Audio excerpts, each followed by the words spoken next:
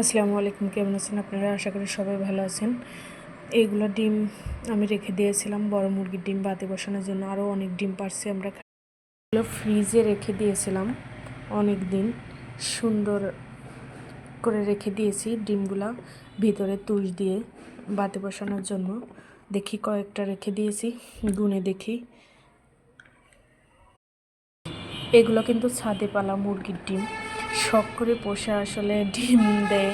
এখন মজা লাগে, যে খুশি লাগে, আসলে আনন্দটা প্রকাশ করা যাবে না।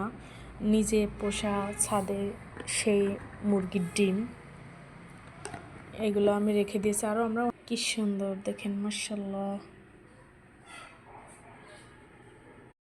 এইভাবে তুষ দিয়ে আমি রেখে দিয়েছি যাতে ডিমগুলো না যায়, সঠিকভাবে থাকে। একটার উপরে একটা পড়লে আবার ভেঙে যাবে, সেজন্য এইভাবে রেখে দিয়েছি এই ডিম।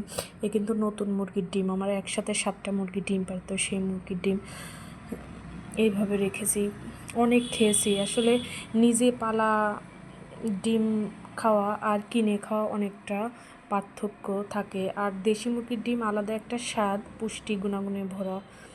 দেশি ডিমের অনেক মজা লাগে, অনেকে পছন্দ করে, আবার ব্রয়লার ডিম অনেকে পছন্দ করে না। এগুলো এখন আমি উল্টায় পাল্টায় নিয়েছি। এখন আমি আবার এক এক করে সব সাজায় ফ্রিজে রেখে দেবো। মুরগি যখন বাত হবে তখন আবার বসাই দেবো। একসাথে বাচ্চা উঠলে আসলে সব দিক থেকেই সুবিধা, যেমন ভ্যাকসিন করার সুবিধা, খাওয়ানোর দিক থেকে সুবিধা। বা ধরেন 3টা 4টা মুরগি আমি বসাইলাম, সেই মুরগিগুলো সবগুলো একটা মুরগি রেখে দিয়ে আর বাকি যে কয়টা থাকলো ওই কয়টা বাইরে বের করে দিলাম। ওইগুলো আবার কয়দিন ঘুরলো, তারপরে আবার ডিম পারবে। আর আমার মুরগি বেশি দিন বাতা হয়ে থাকে না, ধরেন 1 সপ্তাহ, বড় জোর 15 দিন থাকে না, মরক থাকে, তো যার কারণে মনে হয় দ্রুতই ডিম পারে। আর ওরা ডিম নিয়মিতই পারে। মুরগির ডিম ছাড়া অন্য সব ডিম খাই না। কেক বানানোর জন্য আমরা এই ডিমই ব্যবহার করি।